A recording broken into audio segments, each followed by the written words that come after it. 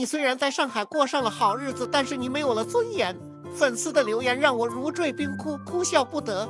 自认为的确是过上了好日子，因为幸福只会流向知足的人。